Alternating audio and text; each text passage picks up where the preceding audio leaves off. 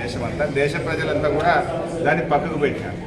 ఇవాళ తెలంగాణ ప్రజలకు ప్రతి ఇంటికి స్వచ్ఛమైన శుద్ధి చేసిన త్రాగునీరు అందిస్తున్న మిషన్ భగీరథ మీద, కరువు కాలంలో కూడా పంటలు పండే విధంగా కల్పతరువుగా ఉన్న కాళేశ్వరం మీద వ్యాఖ్యలు చేయడం అనేది ఇది తెలంగాణ ప్రజలను అవమానపరచడం.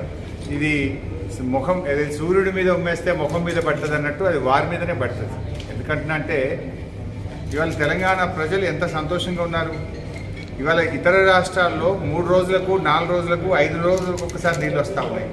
కరువు వచ్చి తాగడానికి నీళ్లు లేని పరిస్థితి ఇతర రాష్ట్రాల్లో ఉంటే ఇవాళ త్రాగునీరే కాదు కరువు కాలంలో కూడా సాగునీరు ఇచ్చేటువంటి దిశగా ఇవాళ తెలంగాణ ప్రభుత్వ పనితీరు వల్ల తెలంగాణ ప్రజలకు దక్కుతూ ఉన్నాయి.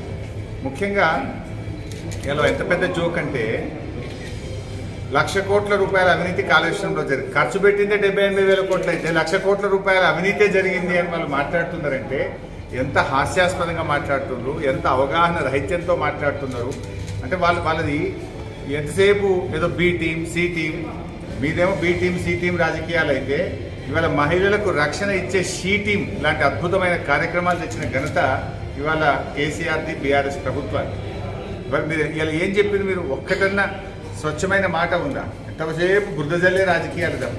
మొన్ననే కేసీఆర్ గారు చాలా స్పష్టంగా చెప్పిండ్రు, మేము ఎవరికి బి టీం కాదు, ఎవరికి ఏ టీం కాదు, సి టీం కాదు, మేము రైతుల టీము, మేము పేదల టీము, ఈ దేశంలో ఉండే దళితులు బలహీన వర్గాల టీం అని చెప్పడం జరిగింది. సో ఇవన్నీ మళ్ళీ గదే స్క్రిప్ట్ చదివిపోయింది తప్ప ఒక కొత్త మాట లేదు, ఒక కొత్త పలుకు లేదు. ఇలా కాంగ్రెస్ పార్టీ గతంలో తమ మేనిఫెస్టో 2009లో కానీ 2014 ఎన్నికల మేనిఫెస్టోలో పెట్టిన ఏ ఒక్కటి అమలు చేయని పార్టీ కాంగ్రెస్ పార్టీ. వాళ్ళు ఏం చెప్పినా ప్రజలు నమ్మరు. పోయినసారి 2 లక్షల రుణమాఫీ చేస్తామని చెప్పినా ప్రజలు నమ్మలే. అంతకుముందు ఇదే కాంగ్రెస్ పార్టీ మేము తండాలను గ్రామ పంచాయతీలు చేస్తామని 2009లో అధికారంలోకి వచ్చినారు, కానీ చేయలే. కరెంటు మేము బాగిస్తాము, పొద్దున్న దాకా 9 గంటలు ఇస్తామని చెప్పినారు, కానీ దొంగరాత్రి కరెంట్ ఇచ్చి మేనిఫెస్టోలో పెట్టింది అమలు చేయలే. ఇలా మీరుండగా 50 రూపాయలు 200 రూపాయల పెన్షన్ ఇస్తే 10 అంతలు పెంచి 2,000 ఇచ్చింది కేసీఆర్. మీరు ఎంతసేపు ఏంటంటే ఆపద మొక్కులు మొక్కే ప్రయత్నం, ఏదో ఒక రకంగా దొడ్డిదారిని అధికారంలోకి రావాలనే ప్రయత్నం. కానీ తెలంగాణ ప్రజలకు కేసీఆర్ గారి మీద బీఆర్ఎస్ పార్టీ మీద విశ్వాసం సంపూర్ణంగా ఉంది. కేసీఆర్ ఉన్నంత కాలం మీ జిమ్మిక్కులు ఈ తెలంగాణలో నడువు.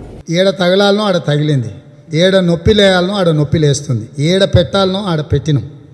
అందుకే ఆ బాధతోని నొప్పితోని మాట్లాడుతారు. హరీష్ రావుకు ఎమ్మెల్యే లేకుండా మంత్రిని చేసినాం. సిగ్గుండద్దా హరీష్ రావుకు రాహుల్ గాంధీ గురించి మాట్లాడడానికే? కాంగ్రెస్ గిన ఎమ్మెల్యే కానీ హరీష్ రావును మంత్రిని చేయకపోతే కేసీఆర్ ఇంట్లో అటెండర్ లాగా ఉండాల్సి వస్తుండే.